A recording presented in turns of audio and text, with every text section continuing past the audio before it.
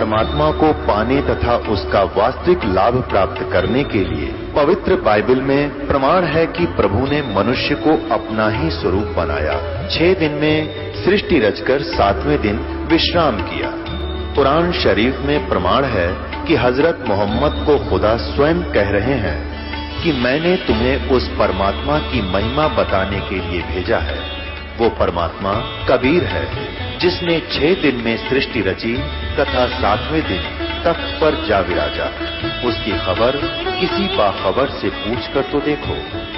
कृपया अवश्य सुनिए जगत गुरु तत्वदर्शी संत रामपाल जी महाराज के अमृत वचन। ये सतनाम आज तक इस दास के अतिरिक्त या उन महापुरुषों के अतिरिक्त जिन्होंने सीधे भगवान मिले थे उनको दिया था, सतनाम जाप भी दिया था, सारनाम भी बताया था, लेकिन उनको आगे देने को मना कर दिया था, किसी को जिक्र भी नहीं करना। धर्मदास मेरी लाख दुहाई, ये सार शब्द की दबार न जाई, सार शब्द बार जो पढ़ी या बिचली पीढ़ी हंसनी तरही। ये बिचली पीढ़ी आएगी, प्रथम पीढ़ी थी जो परमात्मा आए थे 600 वर्ष पहले, और ये बिचली पीढ़ी अब हजारों वर्ष चलेगा ये सतमार्ग, और पूरे विश्व में सतयुग जैसा माहौल बनेगा। इस माया की दौड़ से वापस हटेंगे, प्यार से रहा करेंगे, सबको पता चल जाएगा हम कहाँ बैठे हैं और क्या इकट्ठा कर रहे हैं। जब भगवान को खोजते किस लिए हैं कि वो हमें सुख दे, हमें निर्धन को धनी करे, तो फिर ये भगवान मिल गया क्यों ना करेगा, वो गुण उसके अंदर विद्यमान है। तो फिर हमें विश्वास होगा, रोज सुख होंगे तब विश्वास भी होगा। सुख जब होंगे जब हम दृढ़ रहेंगे, भगवान को छोड़कर अन्य किसी की उपासना नहीं करेंगे, नियमित रहेंगे, सारे सुख आपको डेली दिया करेगा, न्यारे न्यारे पल पल पर आपको दिखाएगा कि ये मैंने सुख दिया है, ये मेरा किया हुआ काम है, तुम्हारा यहाँ पृथ्वी पर नहीं हो सकता था। तो फिर क्या होगा? तो ये वो समय है, और इस समय में आपको वो तीनों टाइप का कंप्लीट कोर्स मिल गया। प्रथम मंत्र, फिर वो सतनाम 2 अक्षर का, फिर सार शब्द, वो सारनाम बाद में दिया जाएगा आपको जब आप योग्य हो जाओगे। अब तो दास इसलिए थोड़ा सा समय अधिक ले रहा है इस सारनाम के देने में कि कुछ ऐसा ना हो जाए कि एक आधा दुष्ट व्यक्ति इस प्रारंभ में 1-2 यहाँ से छोड़ गया, तीनों नाम ले गया, और फिर वो एक कहीं आप ना देने लग जाए, कोई अधिकारी तो है ही नहीं। इसलिए थोड़ा सा डिले कर रखा था कि इनको पूरा विश्वास हो जाए, धीरे धीरे 2-3-4 वर्ष के बाद देता हूँ। आने वाले समय में जब पूरे विश्व में एक रस हो जाएंगे, अब जैसे 4 महीने के बाद सतनाम दिया जाता है और फिर 1 वर्ष के बाद आपको सारनाम दे दिया करेंगे और पहले भी समय रख दिया जाएगा। तो इस प्रकार ये बहुत सारा काम सुचारू और सुनियोजित तरीके से परमात्मा करा। तो अब जो आप पार हो जाओगे, आप तो गए सतलोक में, और जो पार नहीं होंगे, जो पार नहीं होंगे वे महामार खाएंगे। वो कैसे मार खाएंगे? जैसे आप प्रथम मंत्र जाप करते हो जिसमें फर्स्ट एंड लास्ट मंत्र छोड़कर बीच के 5 मंत्र हैं, ये यहाँ के इन प्रधानों की मजदूरी है, इनके सतर का ये भक्ति धन है। तो इस जैसे गणेश जी का मंत्र आपको दिया जाता है, विष्णु जी का लक्ष्मी जी वाला मंत्र दिया जाता है, और इस सावित्री ब्रह्मा जी वाला, और शिव और पार्वती वाला, दुर्गा वाला, ये मंत्र आपको दिए जाते हैं। इनके कुछ अंश तो आपको यहीं पर यहाँ मिलते रहेंगे, देंगे यही, लेकिन देंगे आपके इस भक्ति के धन के प्रतिफल में। फिर आपके पास इनके अकाउंट में, इनके बैंक में घना धन बच जाएगा, आपका पार नहीं हुए थे। तो फिर ये क्या करेंगे? पहले आप जाओगे गणेश जी के लोक में, वहां अपना सारा पुण्य उसके सतर का खत्म करके फिर आपको भेजेगा ब्रह्मा जी के लोक में, वहां देवता बन जाओगे। वहां पुण्य खत्म करके फिर जाओगे विष्णु जी के लोक में, विष्णु जी के उस मंत्र का कमाई आपकी खत्म हो जाएगी। फिर जाओगे शिव के लोक में, वहां गण बन जाओगे देवता। स्वर्ग में, वहां स्वर्ग है, उनके अलग से रेस्टोरेंट है, और वो आपसे चार्ज करते हैं। जैसे रेस्टोरेंट वाला किराया न्यारा लिया करे और खाने का न्यारा उसमें दुगना तिगना जोड़ के आपसे लेता, ऐसे वहाँ ये रेस्टोरेंट है इनके। फिर वहाँ ख़त्म होने के बाद दुर्गा जी के लोक में वहां देवता बनोगे। और जब आप हो जाओगे कंगाल, आपको नरक में, नरक से पीछा छुटकर फिर आपको पृथ्वी पर कई हजार वर्षों तक, और फिर सतनाम का जो रह गया और सार नाम की कमाई आपको मिल गई, वो नहीं पार हुई। ये नहीं है कि सार नाम मिल गया पार हो गए, अंतिम सांस तक मर्यादा में रहोगे तब पार होगे। तो फिर उनको उसके लिए इस काल ने क्या कर रखा है, इस ब्रह्मलोक के अंदर, एक ब्रह्मांड में नकली सतलोक, अलखलोक, अगमलोक, अकैलोक बना रखे। तो आपके उस भक्ति धन को वहां नाश करवाता है। तो इस प्रकार वो प्राणी तो हजारों युगों तक नीचे नहीं आएगा, कति चूस के उसको भक्ति धन नष्ट करके थोड़ा बहुत बचे हुए को यहाँ पटक देगा, फिर यहाँ पृथ्वी का राजा बन जाएगा, फिर नरे पाप कमाओगा और फिर गधा बन जाएगा। तो यह विरान माटी होगी जो ईब फिसल गया। तो सावधानी बरतियो और चलो सतलोक में। बोलो सतगुरुदेव।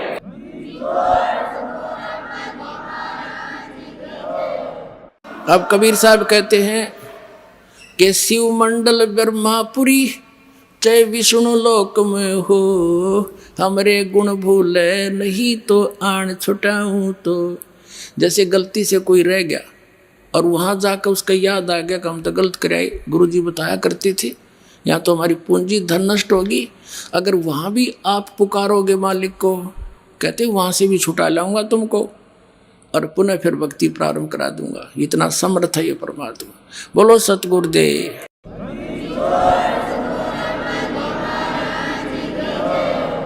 अब आज के जो सत्संग का निष्कर्ष ये है पुण्यात्माओं, समर्थ का शरणाग हो, रंग होरी हो, कदे न हो ए काज राम रंग होरी हो। तो इस समर्थ की शरण में रहना आखिरी सांस तक आपके 101 पीढ़ी पार होगी, ये लिख लेना बेशक। बोलो सतगुरुदेव। परम पिता परमात्मा पूर्ण ब्रह्म सारी सृष्टि के रचनहार सत्य पुरुष कबीर परमेश्वर जी की असीम रजा से आप सभी पुण्यात्माएं परमात्मा की ये अमर कथा सुनने के लिए उपस्थित हुए। पुण्यात्माओं, लाल की कीमत को पारखी ही जान सकता है, जौहरी ही जानता है। लाल को स्वयं पता नहीं होता उस कितनी कीमत का है। आप उन परमात्मा के उन लालों में से हैं जिनके विषय में बताया है कि लखबर सूरा जूझ ही, लखबर सावत दे, लखबर यति जिहान में, तब कहीं सतगुरु शरणा ले। युगों युगों के आप इतने पुण्यकर्मी प्राणी हैं, ना जाने कितनी बार ऐसे महान कर्म किए हैं आपने, जनता के अंदर आप बहुत गणे प्रसिद्ध हुए। क्योंकि जो नेक आत्माएं होती हैं वही शुभ कर्म किया करते हैं, परमार्थ में शीश दिया करते हैं। लखबर सूरा जूझ ही, सूरवीर व्यक्ति वो इतना पुण्यकर्मी प्राणी होता है, पिछले पुण्यों के आधार से ही प्राणी अपने प्रत्येक धर्म कर्म पर दृढ़ रह सकता है। जो सूरवीर व्यक्ति होता है वो अधर्म करता नहीं, अधर्म सहन भी नहीं करता, और अत्याचार अन्याय के विरुद्ध वो अपना शरीर भी न्योछावर कर देता है संघर्ष करते करते। तो वो पुण्यकर्मी प्राणी ही ऐसे कर्म किया करते हैं। लखबर सूरा जूझ ही, सूरवीर व्यक्ति युद्ध के अंदर बैक नहीं हुआ करता, लेकिन वो युद्ध बकवादों में नहीं करता। सिर के ऊपर से पानी चला जाता है तब ही वो कोई ऐसा स्टेप उठाया करता है। फिर बताते हैं कि लखबर सूरा जूझ ही लखबर सावत दे। अब तो पृथ्वी पर शायद ही कोई व्यक्ति हो, क्योंकि कलयुग का ये बहुत खराब समय चल रहा है, इसमें ऐसे व्यक्तियों का जन्म शायद ही हो। पहले बहुत होते थे, जिस व्यक्ति के दोनों हाथ घुटनों से नीचे तक लंबे हों या एक हाथ हो, उनको सावत बोला करते थे। वो बहुत वनकर्मी प्राणी होते हैं और वो भी बहुत धार्मिक होते हैं, सहनशील होते हैं, कभी किसी को कष्ट नहीं देते और राज्य पद पर भी प्राप्त हो जाते हैं तो भी वो जनता को अपने बच्चों की तरह रखा करते हैं। फिर लखबर यति जहान में, यति जैसे हनुमान जैसे यति, ये सुखदेव जैसे यति, यानी अपने आजीवन ब्रह्मचारी रहे, जैसे यति पुरुष में भी यही गुण होते हैं। जैसे हनुमान जी थे, यति पुरुष थे, उनके अंदर स्वार्थ नहीं होता, परमार्थ में ही वो अपना सब जीवन व्यतीत करते हैं। श्री रामचंद्र जी का उसका कोई रिश्तेदारी नहीं थी। उन्होंने देखा भी एक आदमी जंगल में है, इसकी पत्नी ठाली, नालायक ने किसी ने ठाई, पहले तो उसकी खोज करी, फिर उसकी देही तोड़ी और बगैर किसी स्वार्थ के उनके साथ रहे। तो यहाँ बताते हैं कि लखबर सूरा जूझ ही लखबर सावत दे, लखबर यति जहान में। ऐसा परमार्थी व्यक्ति लाखों बार रहा हो तब सतगुरु शरणा ले। आप उन पुण्य कर्मी प्राणियों में से हैं कि परमात्मा ने आपको शरण में ले लिया। अब आप क्या हो गए उसकी भी बताते हैं। गोरख से ज्ञानी घने, सुखदेव यति जहान, सीता सी बहु भारिया, संत दूरी अस्थान। अब परमात्मा की शरण में आने से आपकी कितनी वैल्यू होगी। कहते हैं गोरखनाथ जी सिद्ध पुरुष थे और उसने इस काल की साधना करके इतनी सिद्धि प्राप्त कर ली थी। एक बार उसने एक पहाड़ी को अपने वचन से सोना बना दिया था, पत्थर को, और भी कई ऐसी जंतर मंत्र करके बहुत बड़े प्रसिद्ध हो गए थे। तो परमात्मा मिलते हैं अच्छी आत्माओं को, जैसा कि आपको बहुत बार बताया है वेदों में। ऋग्वेद मंडल नंबर 9 सूक्त 86 के मंत्र 26 और 27 में, ऋग्वेद मंडल नंबर 9 सूक्त 82 मंत्र 1, 2, 3 में, और भी अनेकों स्थानों पर ये परमात्मा की लीला में लिखा है कि वो ऐसे लीला करता है। सतलोक में रहता है, ऊपर तेजों में, सतलोक पर, वो तेजों में जो सतलोक है वो भी स्वप्रकाशित है, जैसे हीरे और मणि अपने आप प्रकाशित होते हैं। वो एक भूमि है, एक पृथ्वी है सतलोक, और उसमें वहां परमात्मा रहता है एक बहुत बड़े गुम्बज में, बहुत बड़े, और सिंहासन पर विराजमान है, मनुष्य सदृश है, सिर पर मुकुट है, ऊपर सफेद छत्र है दाता का। वो कबीर परमात्मा जिसको सतपुरुष भी कहते हैं, सतपुरुष, अमर पुरुष और परम अक्षर पुरुष, परम अक्षर ब्रह्म, ये तो इनकी पदवी के नाम है और उनका वास्तविक नाम, शरीर का नाम कबीर है, कबीर देव, कबीर साहब। जैसे अपने देश के प्रधानमंत्री जी का शरीर का नाम अन्य होता है, प्रधानमंत्री, प्राइम मिनिस्टर, ये उनकी पोस्ट के नाम होते हैं। तो वहाँ ऐसे रहता है और वहाँ से चलकर आता है, गति करके आते हैं। अच्छी आत्माओं को मिलते हैं और उनको फिर अपनी यथार्थ जानकारी देते हैं, जहां से हम आए थे वह वापस जाने की, इस गंदे लोक से जन्म मृत्यु के रोग को कटवाने की वो जानकारी स्वयं देते हैं। तो वो परमात्मा ऐसे ही अच्छी आत्माओं को मिलते हैं। गोरखनाथ जी को मिले। गोरखनाथ जी पहले तो गोष्ठी कह रहा था, मैं ज्ञान चर्चा करेंगे। जब परमात्मा ने उसको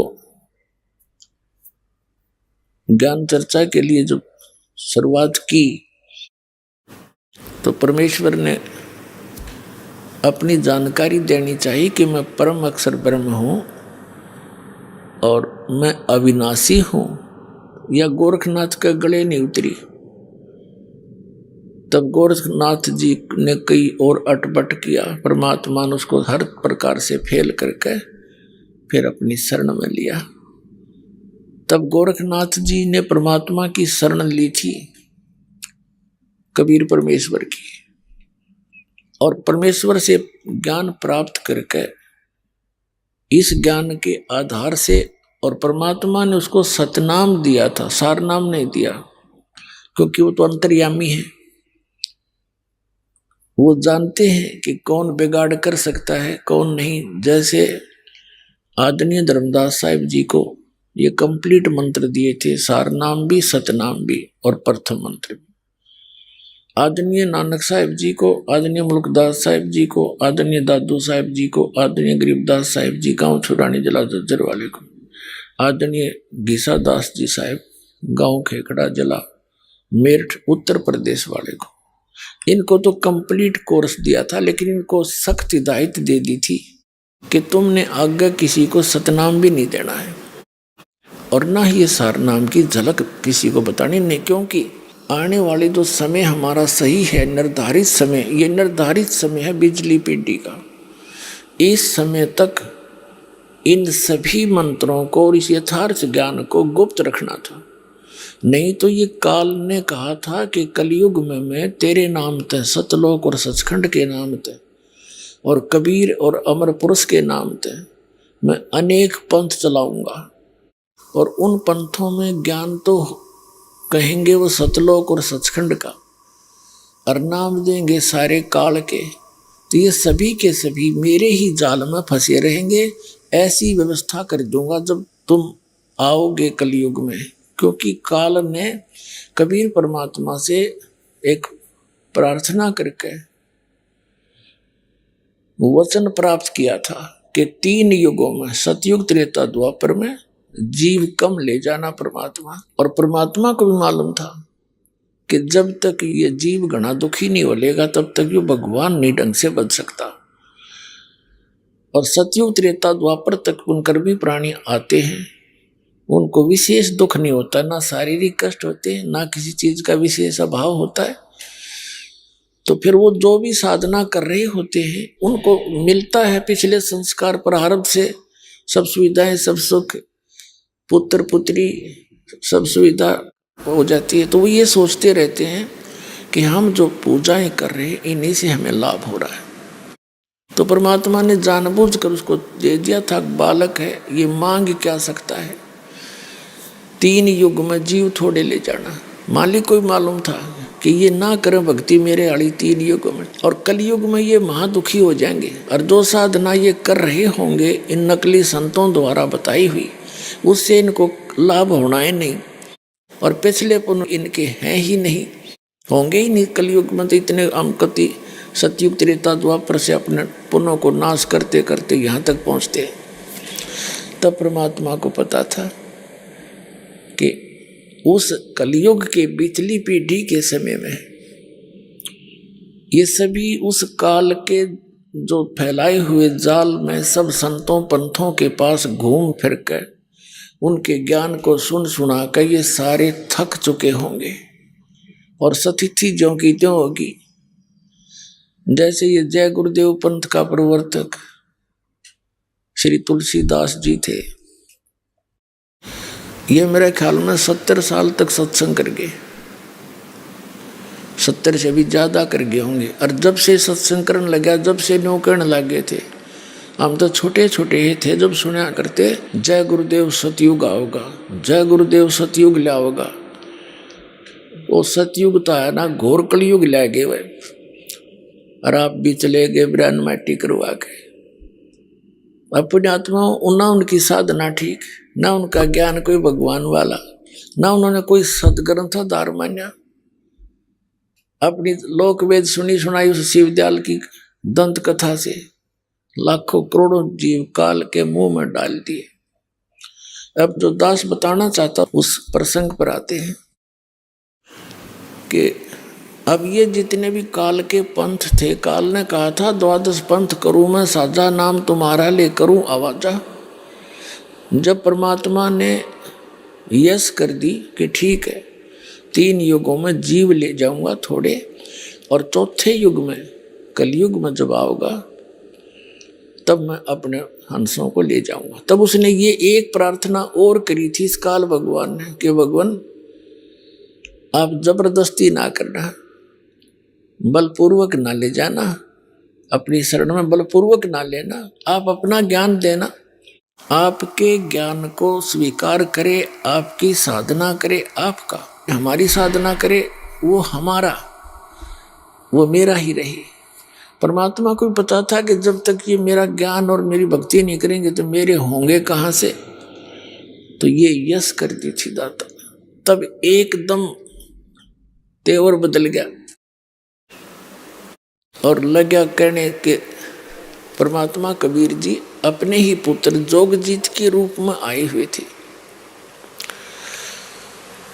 तो कहा था इस काल ने कि जाइयो जोगजीत संसारा, बेशक चला जाइए संसार में जाकर।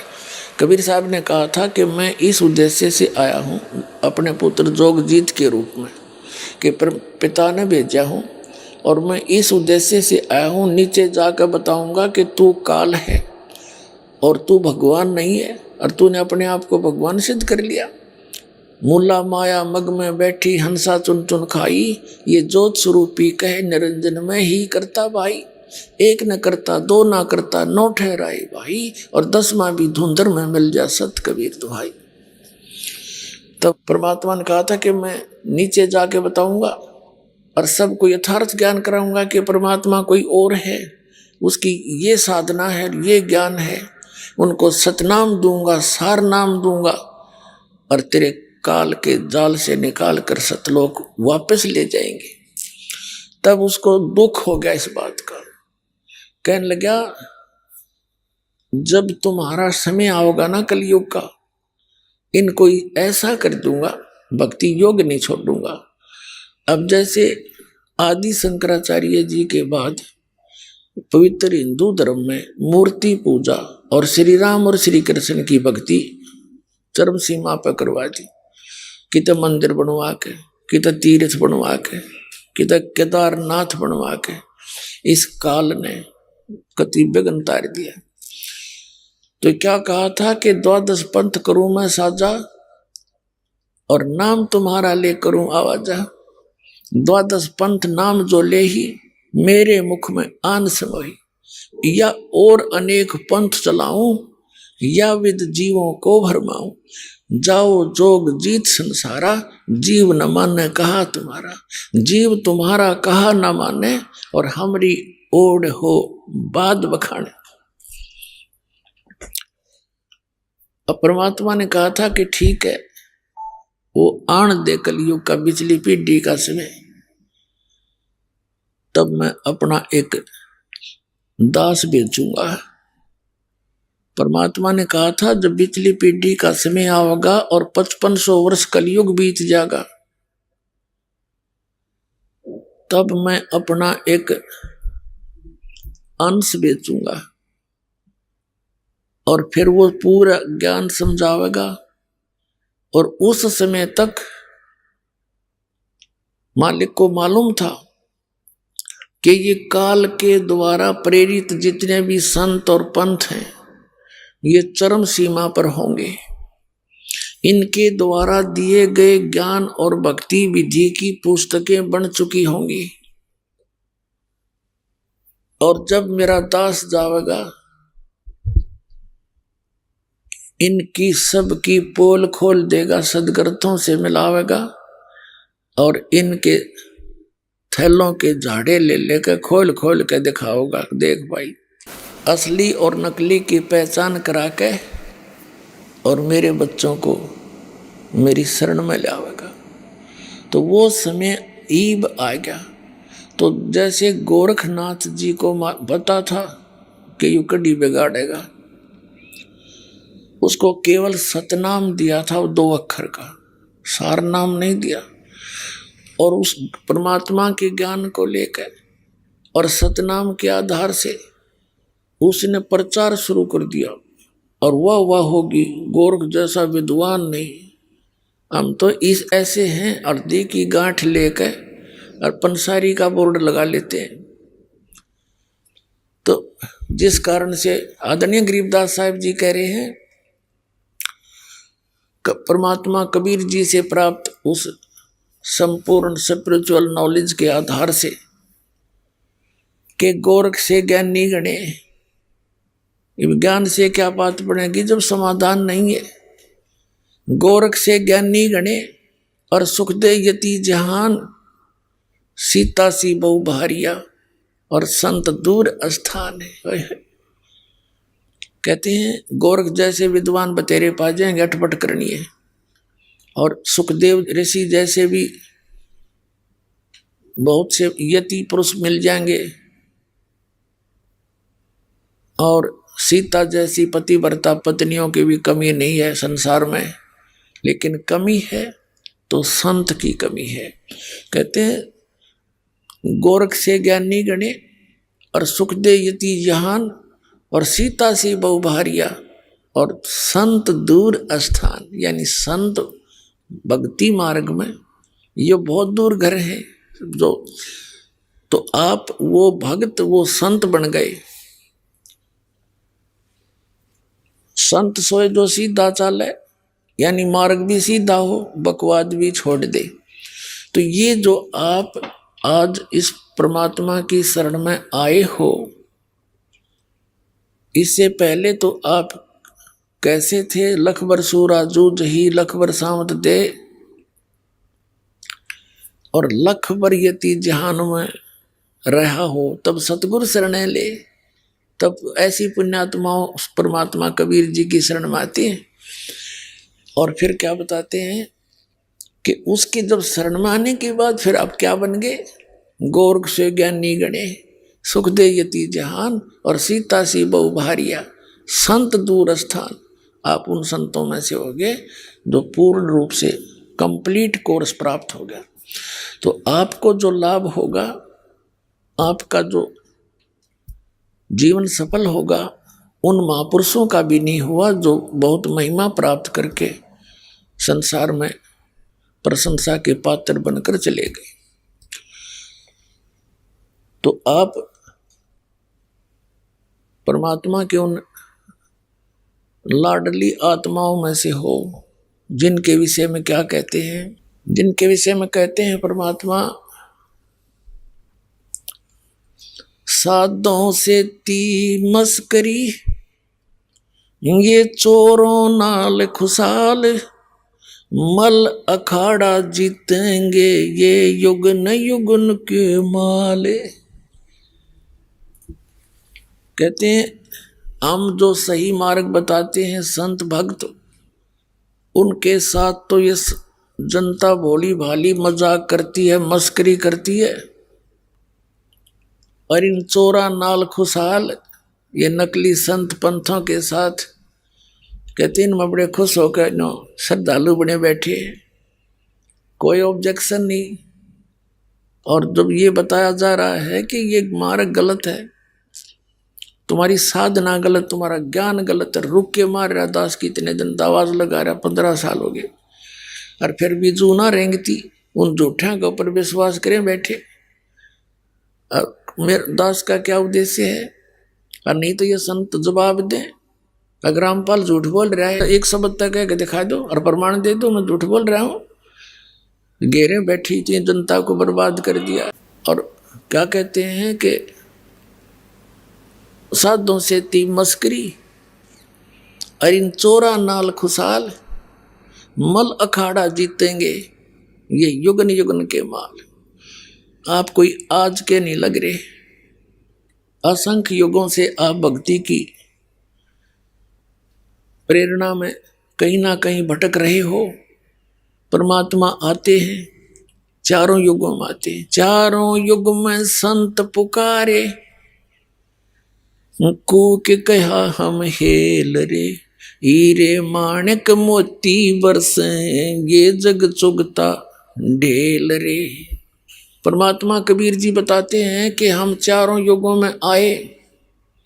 सतयुग में सत सुकृत कह टेरा, त्रेता नाम मुनिंदर मेरा, द्वापर में करुणा में कहाया, कलयुग नाम कबीर धराया।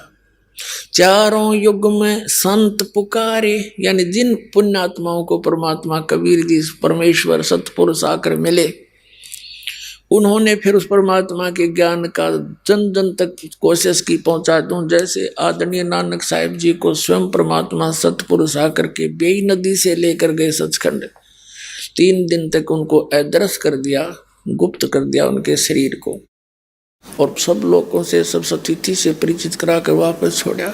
आंखों देख कर परमात्मा की महिमा को, ऊपर के नज़ारे को, और गरीबदास साहिब जी को भी ऐसे लेकर गए थे।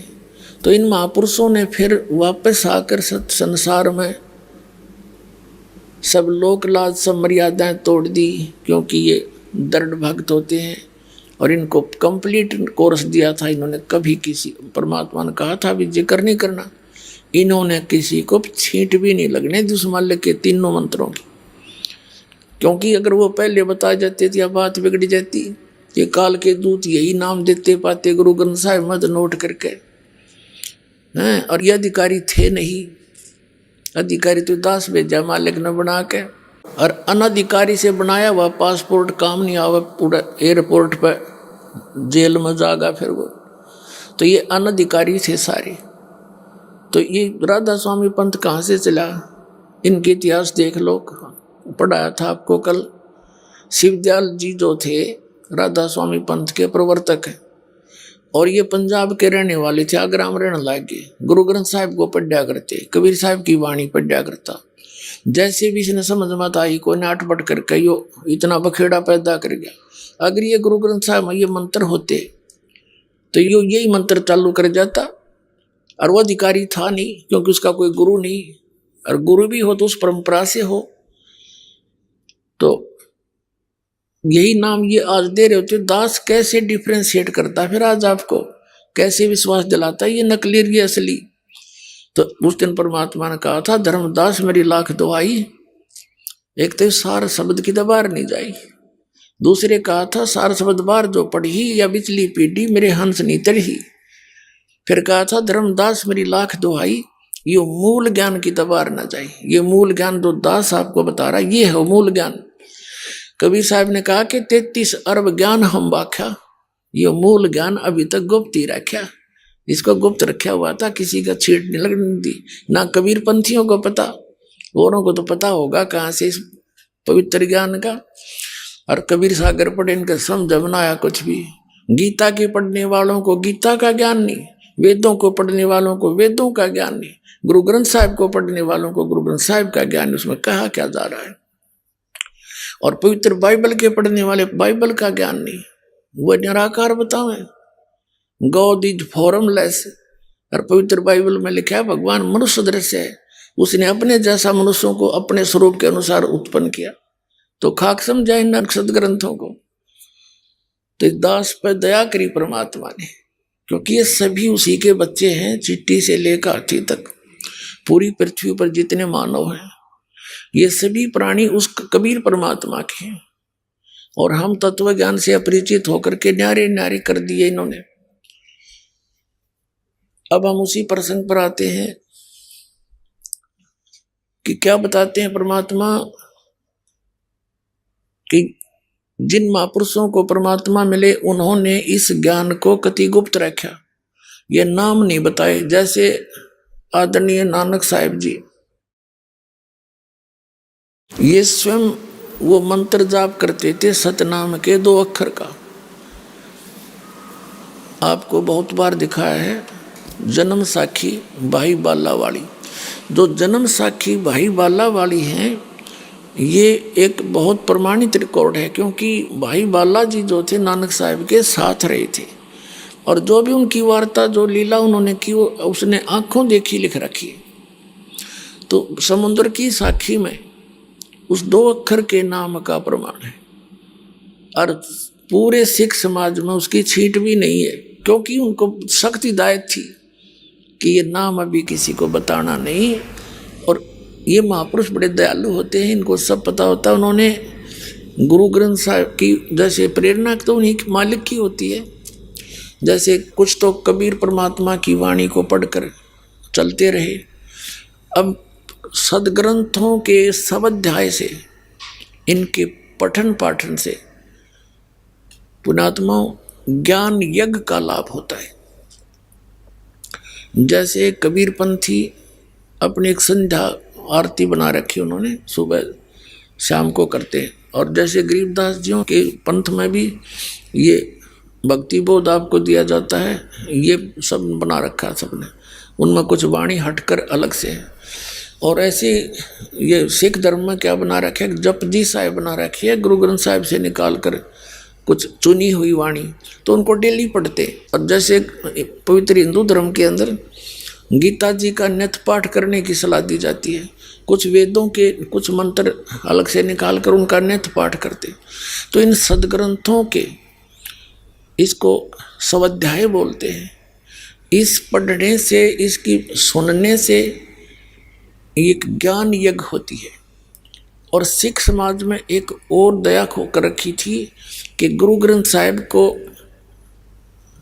के अंदर जो वाणी सब संतों की, परमेश्वर कबीर जी की वाणी भी है, और उसको फिर 10वें गुरु जी ने कहा था भी ये गुरु घना काम बिगाड़ देंगे आने वाले कलयुग में, ये और गुरु ना हो तो अच्छा है, और इसने तुम गुरु मान लियो।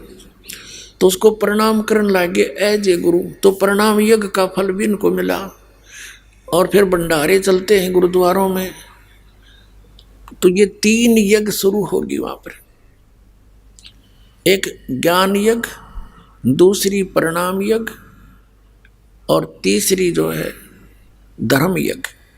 तो ये यज्ञ वैसे मोक्षदायक नहीं है, और ऐसे, लेकिन ये जैसे रोगी को ज़्यादा अक्षीण हो गया वो शरीर, उसको ज़्यादा दीर्घ रोगी को ग्लूकोज लगाई जाती है, तो ग्लूकोज लगाने से उसका रोग नहीं कटता, लेकिन शरीर नाश नहीं होता शीघ्र से, उसमें और कमी नहीं आती, वीकनेस नहीं आती। और ऐसे ही पवित्र हिंदू धर्म के अंदर घर घर जोत लगाई जाती थी, ये तो हमने देखी। देसी घी की जोत डेली सामने लगाई जाती थी, हवन यज्ञ हो गया। और फिर जैसे गीता जी का पाठ तकरीबन आम आदमी करते थे, या जो भी भक्ति चाहते थे उनके लिए। और फिर कोई कहीं ना कहीं छोटा मोटा दान धर्म भंडारा गांव में इकट्ठे होकर के सामूहिक थोड़ा करा करते, धर्म बोलते थे उसको। तो इस तरह ये थे ज्ञान यज्ञ। और इन यज्ञों से क्या हुआ, यज्ञों से कुछ सांसारिक सुख और पुण्य अधिक बन जाते हैं, से मनुष्य जीवन भी मिल जाते हैं। तो उन महापुरुषों ने ऐसी व्यवस्था बना दी, जैसे कबीर पंथी अपना आरती चौका वगैरह करते हैं, गरीबदासी पाठ पूठ कर लेते हैं, और ये नित्य नियम करते हैं, आरती करते हैं। तो ये ज्ञान यज्ञ, धर्म यज्ञ और प्रणाम यज्ञ चलती रही ऐसे। तो इन महापुरुषों ने क्या किया कि जब तक ये समय आवे तब तक इनको वो रास्ता बता दिया। अपने आत्माओं 2 प्रकार से मानव शरीर मिलता है, एक तो 84 लाख योनियों का दंड भोगने के उपरांत एक मानव शरीर मिलता ही मिलता है, ऐसा विधान है परमात्मा। और दूसरा ऐसे मिलता जैसे पिछले जन्म में कोई पुण्य किए हों, उनके आधार से तुरंत भी मिल जाता है, और लगातार 10, 20, 50, 100 जन्म भी मनुष्य के बन जाते। जैसे महाभारत में एक प्रकरण आता है कि धृतराष्ट्र जी अंधे थे, और उसने भगवान कृष्ण जी से पूछा कि भगवान, अब मेरी जो दिव्य दृष्टि की रेंज है, मेरे पिछले 100 जन्मों तक की मुझे बैकग्राउंड दिखा सकती है। उन 100 जन्मों में मैंने ऐसा कोई कर्म नहीं किया जिससे मेरी आंख फूटनी चाहिए, क्योंकि भगवान का विधान तो अटल है। लेकिन ये कारण क्या है, मेरी आंखें क्यों खत्म हुई? तब श्री कृष्ण जी ने कहा कि 100 जन्म से ही आपका इतिहास बंद नहीं हो जाता, और बहुत पीछे जाइए। जैसे भगवान कृष्ण जी भी पिछले भक्ति युग प्राणी थे, उन्होंने अपनी दिव्य दृष्टि देकर उनको पिछले कहते हैं 105वां या 6वां जन्म दिखाया। उसमें ये क्या कर रहा है, एक टिड्डी होती है, टिड्डी जो आपने देखी होंगी, पक्षी से होते हैं छोटे छोटे, वो फसल का नाश करते हैं। तो ये किसान था और टिड्डी की आँखों में कि बबूल के कांटे ठोक रहा था पकड़ के, नो हंस रहा था, उसकी दोनों आँख फोड़ कर छोड़ दी। तब दिखा कि ये देख, ये बेमतलब बकवाद कर रहा था तू, इसका रिजल्ट है ये। तो कहने का भाव ये है कि जो प्राणी आज इसे बूढ़े कलयुग में और भगवान की तरफ लग रहा है, उसकी तरफ में भटक रहा है, वो पिछले जन्म में भी मनुष्य ही था। ये प्रमाणित बात है, और उसको वो चाह है, उसके अंदर वो नारे गुण हैं मनुष्य वाले। तो कहने का भाव ये है कि जैसे आप जी काफ़ी जन्मों से 4, 5, 10 जन्म भी आपके हो गए होंगे लगातार मनुष्य के, जो परमात्मा विधि बता के गए थे। दूसरा कबीर परमात्मा जी 600 वर्ष पहले आए थे, आपको पवित्र अपने अमरवाणी से बोल बोल कर चार्ज कर गए, और आपको प्रथम मंत्र जो 5 नाम का था वो दिया था ओनली। वो कौन कौन से 5 नाम है ये नहीं है, निरंकार ओंकार ये ज्योति, ये नहीं है।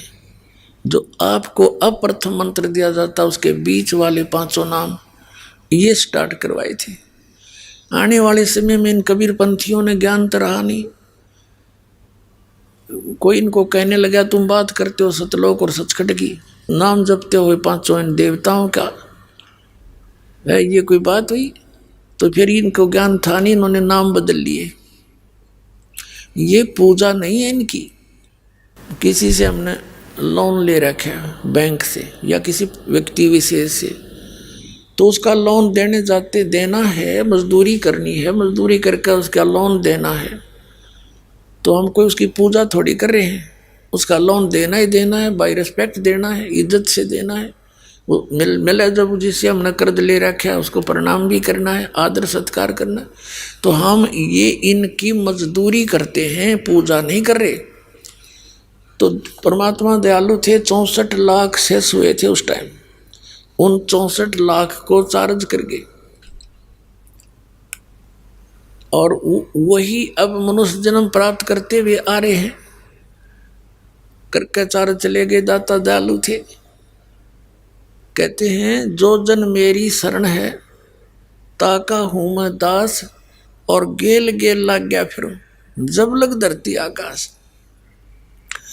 अब परमात्मा की शरण में आप कभी कौन से युग में आए थे, और लेकिन पार नहीं होते, बालक हो थोड़ा सा सुख, क्योंकि ये भगवान सुख दे ही देगा आपको, ये सुख का सागर है। आइए अब हम उन श्रद्धालुओं के अनुभव जानते हैं जो जगत गुरु तत्वदर्शी संत रामपाल जी महाराज जी से दीक्षा प्राप्त कर चुके हैं तथा उनके द्वारा बताए गए भक्ति मार्ग पर चल रहे हैं। जी नमस्कार। नमस्कार सर। क्या नाम है जी आपका? सर मेरा नाम करुणानंद शुक्ला है। कहाँ से आए हैं आप? सर वैसे तो मैं जिला सुल्तानपुर क्षेत्र अमेठी का रहने वाला हूँ, लेकिन मैं वर्तमान में गाजियाबाद में रहता हूँ। सर क्या करते हैं आप? सर पहले तो मैं सर्विस करता था, लेकिन अब संत रामपाल महाराज की दया से एक छोटी सी दुकान है और मालिक ने दया की है, वो दुकानदारी करता हूँ, सुनार की दुकान है। संत रामपाल जी महाराज से नाम दीक्षा लेने से पहले आप क्या भक्ति साधनाएं करते थे? सर संत रामपाल महाराज से नाम दीक्षा लेने से पहले मैं माता दुर्गा का पुजारी था, शिव जी का पूजा करता था, हनुमान की पूजा करता था, लेकिन बेसिकली मैं माता दुर्गा का ही पुजारी था। और मैं जो है उनका अष्टमी को व्रत रहता था, और उनकी जो है ये दुर्गा सप्तशती का पाठ करता था। घी खाता नहीं था, लेकिन घी की जोत हमेशा जलाता था। तो ऐसे जो है कभी हरिद्वार जाना, गंगा के स्नान करना, तो जहाँ पे जिसने जो बता दिया हम उसके साथ हो लेते थे कि चलो वहाँ चलेंगे तो हमें यहाँ लाभ मिलेगा। सर, संत रामपाल जी महाराज जी से जुड़ने का क्या कारण है, जबकि आप भक्ति साधनाएं तो पहले कर ही रहे थे? जो भी हिंदू धर्म में प्रचलित जितनी भी साधनाएं हैं, चाहे देवी देवताओं की पूजा है या तीर्थ व्रत करना है, साधनाएं तो आप पहले भी कर रहे थे। सर हाँ, आपने क्वेश्चन ठीक किया। हमारे साथ ऐसा हुआ कि इन पूजाओं करते करते हमारे साथ ऐसे आपत्ति आई कि हमारा 14 साल का लड़का था और वो गुजर गया। उसको ऐसे चूरन खा लिया था, ऐसे गली मोहल्ले बेचने आते हैं, और उसको लेके हॉस्पिटल गए। वहाँ डॉक्टरों को बताया, उन्होंने वाश किया ग्लूकोज डाल के, लेकिन वो उसका बीपी लो होता चला गया और वो 4 बजे सुबह के टाइम ख़त्म हो गया। 1 हफ्ता भी नहीं बीता कि हमारे दूसरे बेटे के साथ वही प्रक्रिया गुजरी। बड़ी मुश्किल से उसको जीवन दान मिला। हम इतने पीड़ित थे कि हमें कहीं कोई सहारा नहीं मिल रहा था। हमारी पत्नी उसके डिप्रेशन से एक पागल जैसी हो गई, इलाज नहीं मिल रहा था। पता चली कि भूत प्रेत का साया है। हमारे ससुराल वालों ने कहा कि हमारे यहाँ बहुत झाड़ फूक वाले हैं, वहाँ ले जाएंगे और दिखाएंगे, ठीक हो जाएगी। बताते सब थे, लेकिन कोई निराकरण नहीं हो रहा था। तो 2009 जुलाई की बात है, एक नवभारत टाइम्स में आर्टिकल निकला कि पूर्ण सूर्ण ग्रहण लग रहा है। उस पूर्ण सूर्ण ग्रहण में जो भी कुरुक्षेत्र में भीष्म पितामह के सरोवर में नहा लेता है तो उसको पितृदोष है, भूत प्रेत बाधा है, वो सब दूर हो जाती है। जब उसको पढ़ा तो हमें लगा कि हम भी चले जाएं, हमारा भी दुख दूर हो जाए। और जब मैं वहाँ पहुँचता हूँ तो सुबह 5 बजे के टाइम मैं अपनी पत्नी को फ़ोन करता हूँ, तो पत्नी बताती है कि सौरभ, मेरा बड़ा लड़का जो अब बड़ा है, उसके आँख में क्रिकेट बॉल लग गई और रेटिना के 4 टुकड़े हो गए। जब वो सुना तो मेरे पैरों की तरह से लगता ज़मीन ही खिसक गई। मैंने इनको कहा कोई बात नहीं, बहुत झाड़ फूक हो गया, सब कुछ हो गया, आप एक काम करो, इनको लेके दिल्ली चले आओ, जो हमारी किस्मत में होगा होगा, इनका हम इलाज यहीं कराएं, क्योंकि वहाँ से डॉक्टरों ने रेफ़र कर दिया था लखनऊ के लिए। सर, आपका कहना है कि आप जो भक्ति साधनाएं पहले कर रहे थे देवी देवताओं की, उन साधनाओं के करने से कोई लाभ नहीं मिला, जबकि आपके बेटे की मृत्यु हो गई, एक बेटे की आँख जो है उसकी रेटिना टूट गई, उसके 4 टुकड़े हो गए, इतनी सारी समस्याएं आपके जीवन में चल रही थी, तो इन सभी समस्याओं का निवारण कैसे हुआ? हम जब मन मार के गए, भीष्म पितामह के सरोवर में नहाए, तो परमात्मा की दृष्टि होगी हमारे ऊपर। प्रार्थना हम कर रहे थे, नाक रगड़ रहे थे कि मालिक हमारा कल्याण करो, हम बहुत दुखी हैं। तो संत रामपाल महाराज के अनुयायी, बड़े बूढ़े बुजुर्ग बच्चे, ऐसे जो है किताब लिए खड़े हुए थे। पुस्तक का नाम था भक्ति सौदागर का संदेश। जब मुझे वो बुक मिली और मैं बुक पढ़ा, क्योंकि मैं दुर्गा सप्तशती पढ़ता था, तो उसमें लिखा हुआ था कि ये माता दुर्गा जो है उन्हीं के 3 पुत्र हैं, ब्रह्मा विष्णु महेश। तो उसमें जितना भी उस भक्ति सौदागर में लिखा हुआ था, तो बातें मुझे समझ में आती चली गई। तो उसमें 1-2 भक्तों के नंबर लिखे हुए थे, फ़ोन नंबर। तो हम जो है फिर वहाँ से एड्रेस लिए संत रामपाल महाराज के आश्रम का, बरवाला का, और वहाँ गए और नाम दीक्षा लिया। सर, जैसा कि आपने बताया कि आपके जीवन में बहुत सारे कष्ट थे, बहुत दुख थे आपके जीवन में, तो क्या संत रामपाल जी महाराज से नाम दीक्षा लेने के बाद आपके जो दुख थे वो दूर हो गए? हाँ सर, मैं यही बता रहा हूँ कि संत रामपाल महाराज से नाम दीक्षा लेने के बाद धीरे धीरे करके मुझे जो है 4 महीने में सतनाम मिलता है। सतनाम लेते ही हमारे जो है सारे दुखों का निवारण हो गया। मेरे बच्चे के जो आँख में क्रिकेट बॉल लगी थी और रेटिना के 4 टुकड़े हो गए थे, डॉक्टरों ने कहा था इसके अंदर कुछ नहीं है। लेकिन जब संत रामपाल महाराज से नाम दीक्षा लिया और संत रामपाल महाराज ने वहाँ पे बच्चे को आशीर्वाद दिया और हमें कहा बेटा अब जाके इसको हॉस्पिटल दिखाना। आश्रम से जब हम वापस आए और गुरु नानक, दिल्ली में हॉस्पिटल गुरु नानक आँखों का, वहाँ पे लेके गए तो डॉक्टरों ने फिर रिस्पॉन्स दिया, देखना चालू किया, महीने तक जांच हुई, फिर डॉक्टरों ने रिस्पॉन्स दिया। वो तो डॉक्टर के कहने की बात है, बाकी संत रामपाल महाराज के आशीर्वाद से ठीक हुआ है। उनकी कृपा से उस आँख में बहुत रोशनी है और वह बिल्कुल स्वस्थ है। और एक दफ़ा उसके साथ एक छोटी सी और हुआ, उसके पैर में जो है गांठ में सूजन सी आ गई, पानी भर गया, और हम उसका इलाज करा रहे थे इधर उधर। तो हमारी जहाँ दुकान है वहाँ पे एक दुकान सामने लड़के की है, तो हमारे गुरु संत रामपाल महाराज के बहुत विरोधी है। वो जो भी आए कहे ये देखो इनके गुरु हैं जेल में हैं, वो बहुत हमें तंग करे। अब हम लड़के को लेकर इलाज के लिए इधर उधर आ गए। एक दिन वो कह रहा एक दूसरे व्यक्ति से, अरे मैंने सुना है कि इनके गुरु संत रामपाल महाराज के यहाँ जाने पे कैंसर तक की बीमारी सही हो जाती है, और ये इधर उधर नाच रहे हैं। वो मेरे पास आया बंदा, वो कह रहा है कि राजन ऐसे कह रहा है। तो मैंने कहा हाँ तेरी की, राजन तो सही कह रहा है, गलत कहाँ कह रहा है।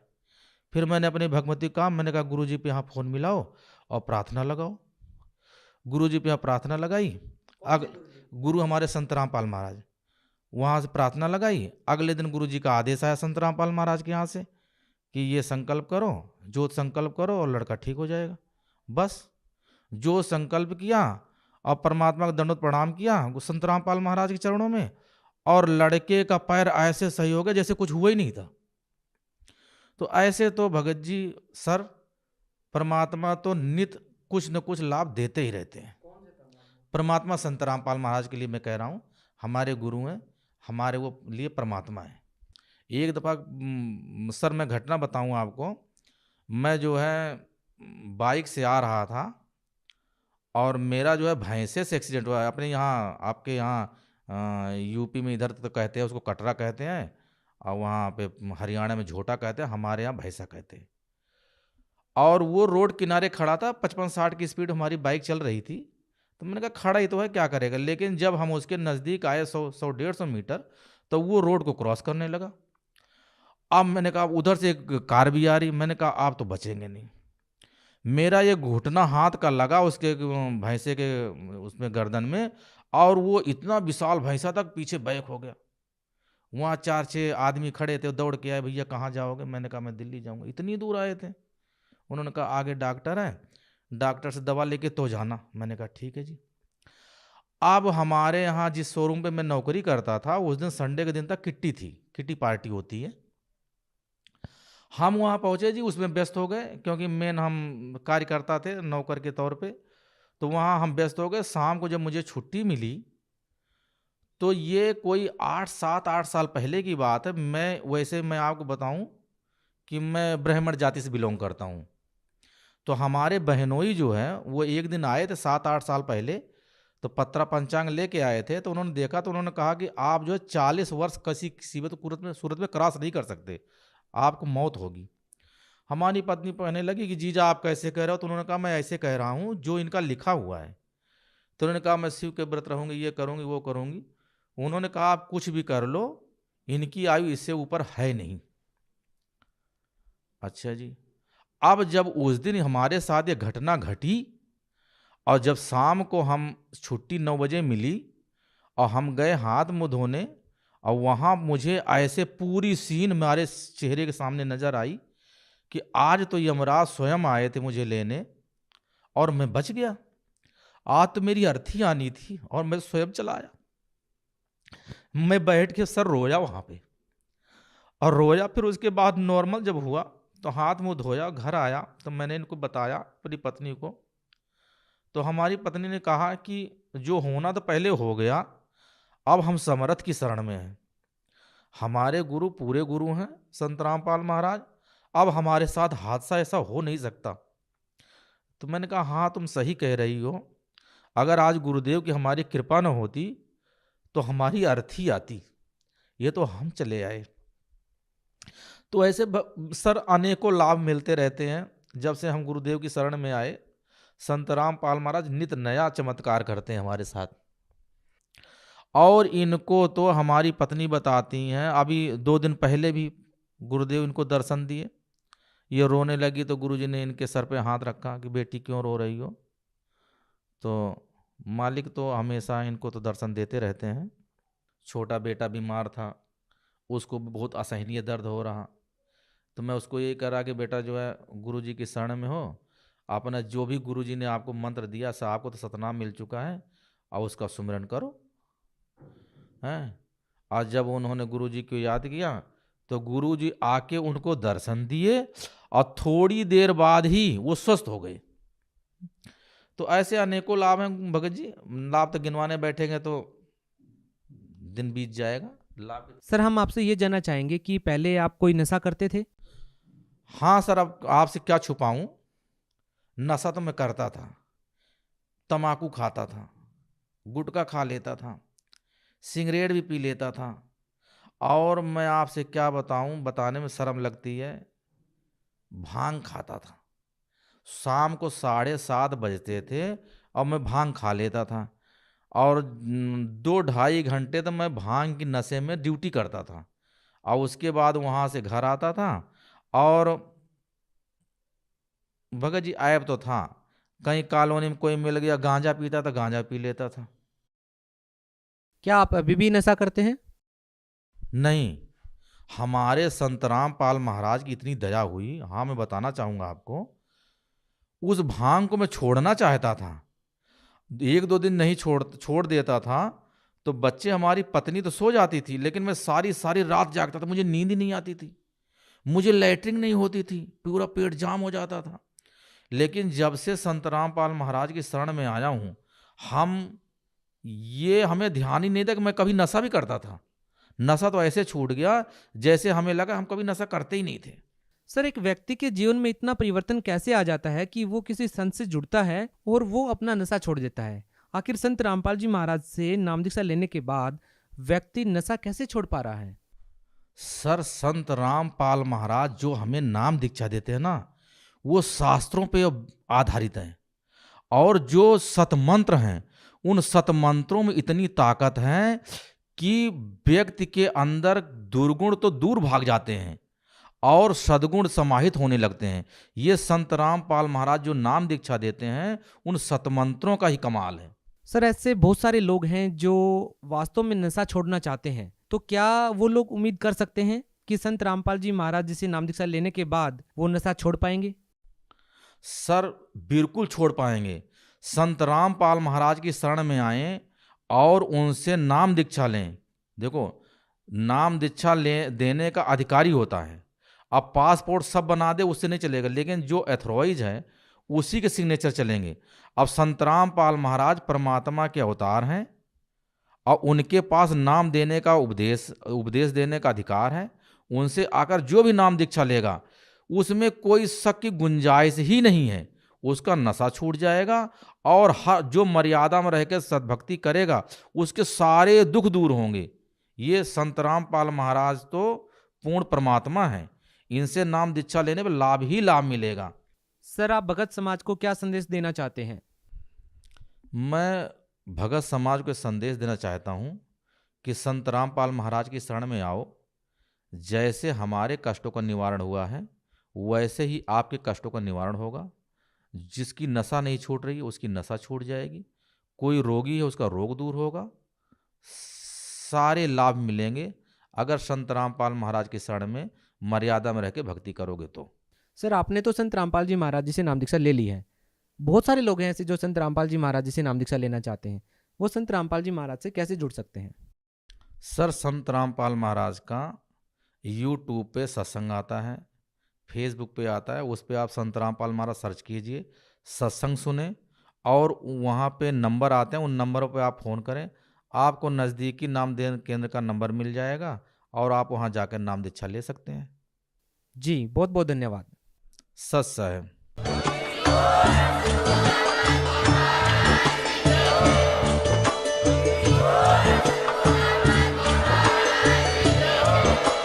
आप सुन रहे थे जगत गुरु तत्वदर्शी संत रामपाल जी महाराज जी के मंगल प्रवचन। अधिक जानकारी के लिए विजिट कीजिए हमारी वेबसाइट www.jagatgururampalji.org। संत रामपाल जी महाराज जी के शुभ आशीर्वाद से पूरे विश्व भर में 500 से भी ज्यादा नाम दीक्षा केंद्र हैं, जिन पर संत रामपाल जी महाराज जी द्वारा ऑनलाइन निशुल्क नाम दीक्षा दी जा रही है। अपने नजदीकी नाम दीक्षा केंद्र का पता करने के लिए संपर्क करें 8222880541।